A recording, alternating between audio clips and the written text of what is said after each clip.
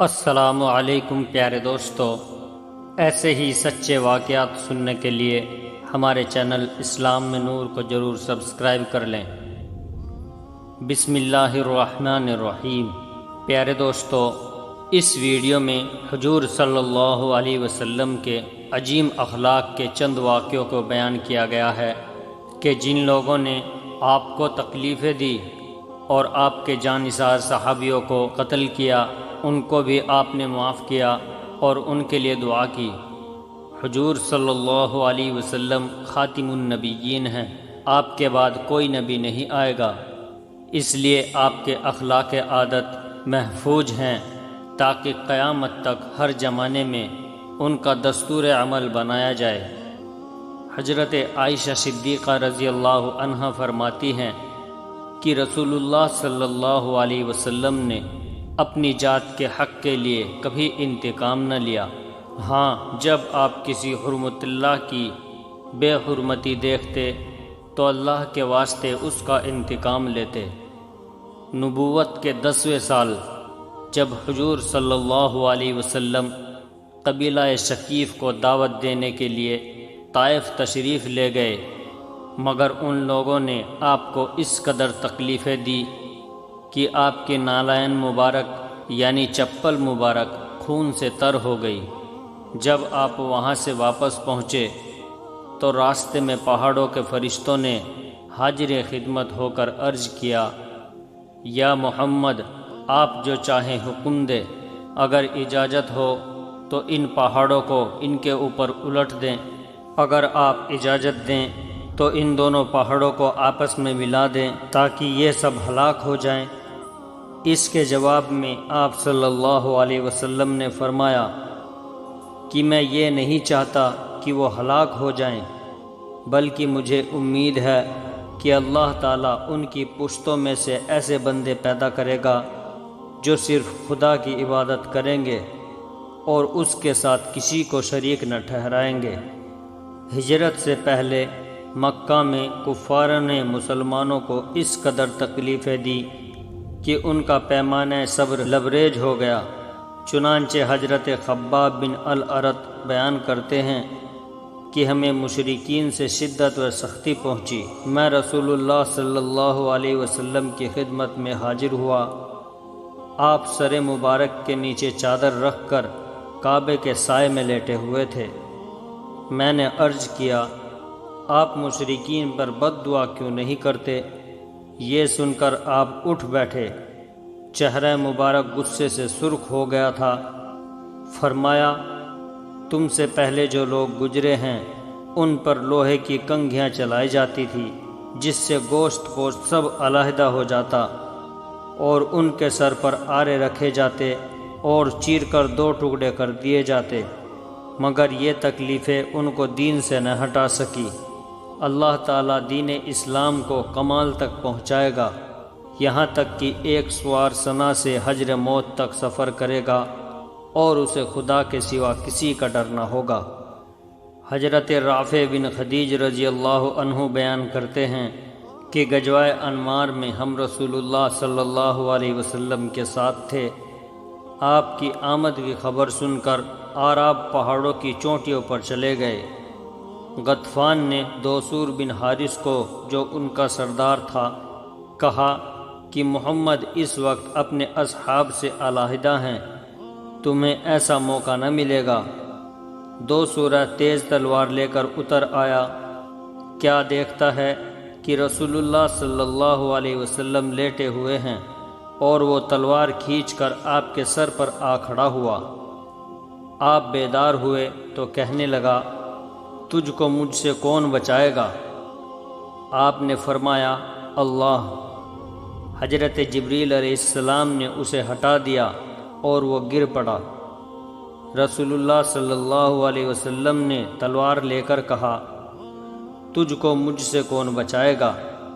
وہ بولا، کوئی نہیں۔ گرج رسول اللہ صلی اللہ علیہ وسلم نے اسے معاف کر دیا اور وہ ایمان لے آیا۔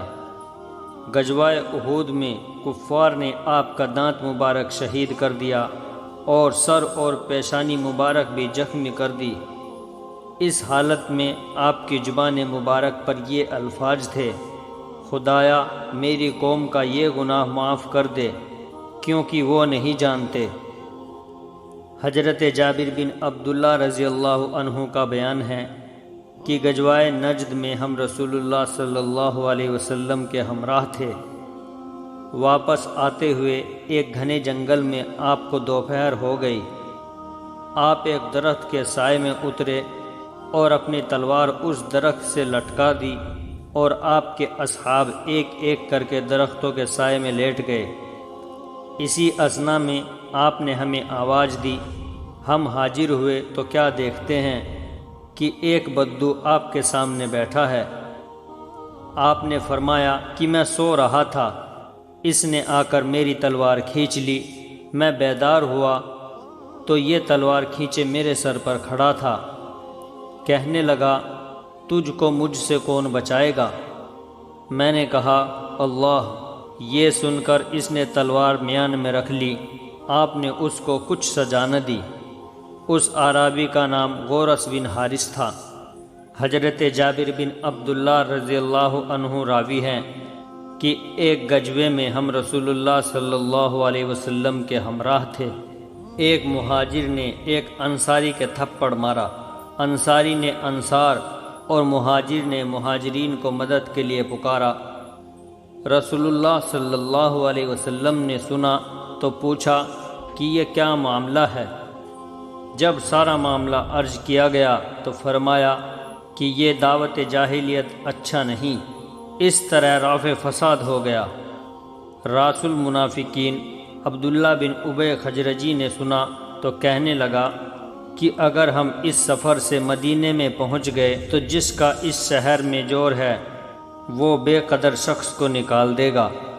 رسول اللہ صلی اللہ علیہ وسلم کو یہ خبر پہنچی تو حضرت عمر فاروق رضی اللہ عنہ نے عرض کیا، یا رسول اللہ، آپ مجھے اجازت دیں کہ اس منافق کی گردن اڑا دوں، مگر حضور رحمت للعالمین صلی اللہ علیہ وسلم نے فرمایا، اسے جانے دو، کیونکہ لوگ یہی کہیں گے کہ محمد اپنے اصحاب کو قتل کرتا ہے۔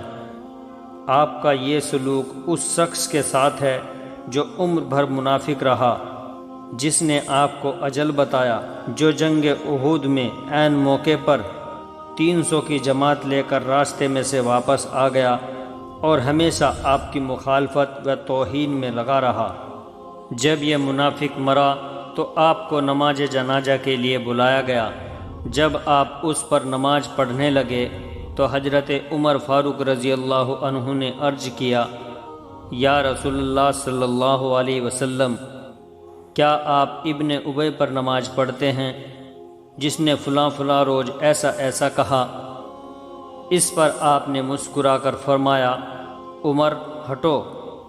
جب اصرار کیا تو فرمایا کہ استغفار و عدم استغفار کا مجھے اختیار دیا گیا ہے۔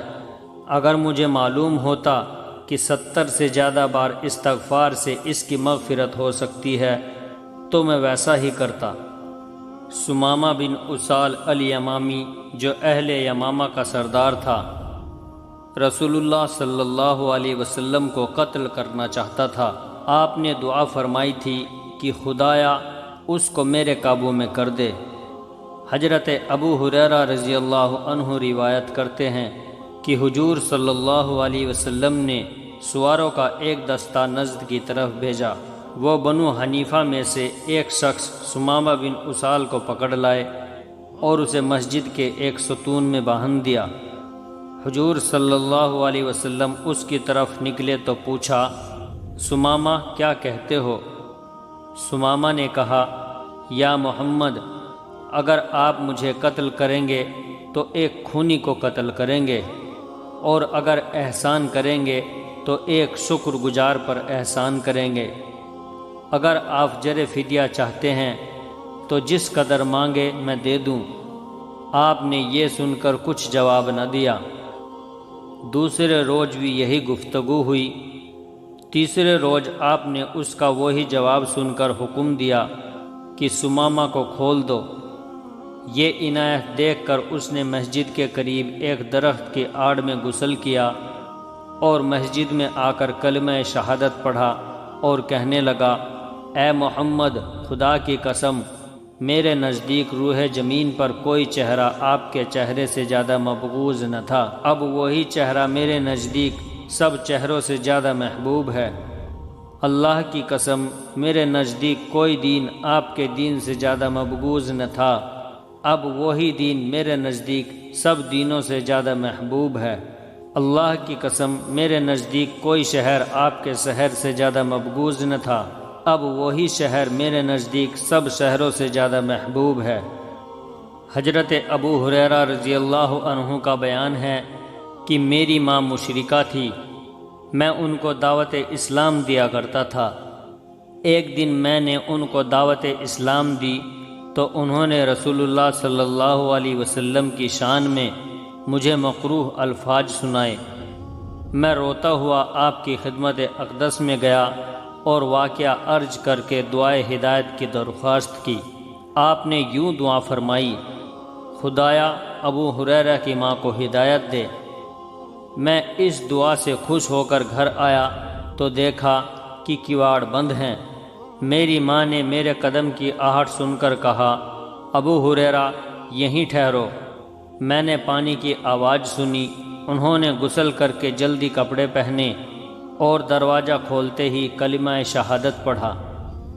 قریش حضور صلی اللہ علیہ وسلم کو مجمم کہہ کر گالیاں دیا کرتے تھے، مگر آپ فرمایا کرتے، کیا تم تعجب نہیں کرتے کہ اللہ تعالیٰ قریش کی دشنام و لعنت کو کس طرح مجھ سے باز رکھتا ہے؟ وہ مجمم کہہ کر گالیاں دیتے اور لعنت کرتے ہیں، حالانکہ میں محمد ہوں۔ اعلان دعوت سے 17.5 سال تک قریش نے حضور صلی اللہ علیہ وسلم اور آپ کے اصحاب کو جو جو تکلیفیں دی، ان کی داستان دہرانے کی ضرورت نہیں۔ فتح مکہ کے دن وہی قریش مسجد حرام میں نہایت خوف و بے قراری کے حالت میں آپ کے حکم کے منتظر ہیں۔ آپ ان تکلیفوں کا ذکر تک زبان مبارک پر نہیں لاتے اور یہ حکم سناتے ہیں، جاؤ تم آزاد ہو۔ ہند بنت عتبہ جو حضرت امیر حمزہ رضی اللہ عنہ کا کلیجہ چبا گئی تھی، فتح مکہ کے دن نقاب پوش ہو کر ایمان لائی تاکہ حضور صلی اللہ علیہ وسلم پہچان نہ لیں۔ بیعت کے موقع پر بھی گستاخی سے باز نہ رہی، ایمان لا کر نقاب اٹھا دیا اور کہنے لگی کہ میں ہند بنت عتبہ ہوں، مگر حضور رحمت للعالمین صلی اللہ علیہ وسلم نے کسی امر کا ذکر تک نہ کیا۔ یہ دیکھ کر ہند نے کہا، یا رسول اللہ صلی اللہ علیہ وسلم، روح زمین پر کوئی اہل خیمہ میری نگاہ میں آپ کے اہل خیمہ سے زیادہ مبغوض نہ تھے، لیکن آج میری نگاہ میں روح زمین پر کوئی اہل خیمہ آپ صلی اللہ علیہ وسلم کے اہل خیمہ سے زیادہ محبوب نہیں رہے۔ اکرمہ بن ابو جہل اپنے باپ کی طرح رسول اللہ صلی اللہ علیہ وسلم کے دشمن تھے۔ فتح مکہ کے دن وہ بھاگ کر یمن چلے گئے۔ ان کی بیوی جو مسلمان ہو چکی تھی وہاں پہنچی اور کہا کہ رسول اللہ صلی اللہ علیہ وسلم سب سے بڑھ کر صلہ رحم اور احسان کرنے والے ہیں۔ گرج وہ اکرمہ کو بارگاہ رسالت میں لائی۔ اکرمہ نے آپ کو سلام کیا۔ رسول اللہ صلی اللہ علیہ وسلم ان کو دیکھتے ہی کھڑے ہو گئے اور ایسی جلدی سے ان کی طرف بڑھے کہ چادر مبارک گر پڑی اور فرمایا، ہجرت کرنے والے سوار کو آنا مبارک ہو۔ جب ابو العاص بن ربیع نے حضور صلی اللہ علیہ وسلم کی صاحبزادی حضرت زینب کو مکے سے مدینہ بھیجا تو راستے میں چند صفحائے قریش نے مزاحمت کی۔ ان میں سے حبار بن اسود قریشی اسدی نے حضرت زینب کو اونٹ سے گرا دیا۔ وہ حاملہ تھی، پتھر پر گری، حمل ساکت ہو گیا اور ان کو سخت چوٹ آئی اور اسی بیماری میں وفات پائی۔ فتح مکہ کے دن وہ مکہ سے بھاگ گیا اور چاہتا تھا کہ ایران چلا جائے۔ جب حضور صلی اللہ علیہ وسلم جیرانہ سے واپس تشریف لائے تو وہ بارگاہ رسالت میں حاضر ہوا اور یوں عرض کرنے لگا، یا رسول اللہ صلی اللہ علیہ وسلم، میں آپ کے یہاں سے بھاگ کر شہروں میں پھرتا رہا۔ میرا ارادہ تھا کہ ایران چلا جاؤں، پھر مجھے آپ کی نفس رسانی، صلہ رحمی اور عفو و کرم یاد آئے۔ مجھے اپنی خطا و گناہ کا اعتراف ہے، آپ درگزر فرمائیں۔ یہ سن کر آپ نے فرمایا، میں نے تجھے معاف کر دیا۔ حضرت جابر رضی اللہ عنہ روایت کرتے ہیں کہ رسول اللہ صلی اللہ علیہ وسلم نے فرمایا کہ میرا حال اور میری امت کا حال اس شخص کی مثال ہے جس نے آگ روشن کی، پس ٹڈیاں اور پروانے اس میں گرنے لگے اور وہ ان کو آگ سے ہٹاتا تھا، سو میں کمر سے پکڑ کر آگ سے بچانے والا ہوں، اور تم میرے ہاتھوں سے چھوٹتے ہو اور آگ میں گرنا چاہتے ہو۔ قیامت کے دن لوگ دیگر انبیاء کرام علیہ السلام کے پاس جائیں گے، مگر وہ سب عجر پیش کریں گے، آخر کار حضور صلی اللہ علیہ وسلم کی خدمت میں حاضر ہوں گے۔ آپ صلی اللہ علیہ وسلم حمد و ثنا کے بعد سجدے میں گر پڑیں گے۔ اللہ تعالیٰ کی طرف سے ارشاد ہوگا کہ سر سجدے سے اٹھائیے، جو کچھ مانگیے دیا جائے گا، شفاعت کیجیے، آپ کی شفاعت قبول کی جائے گی۔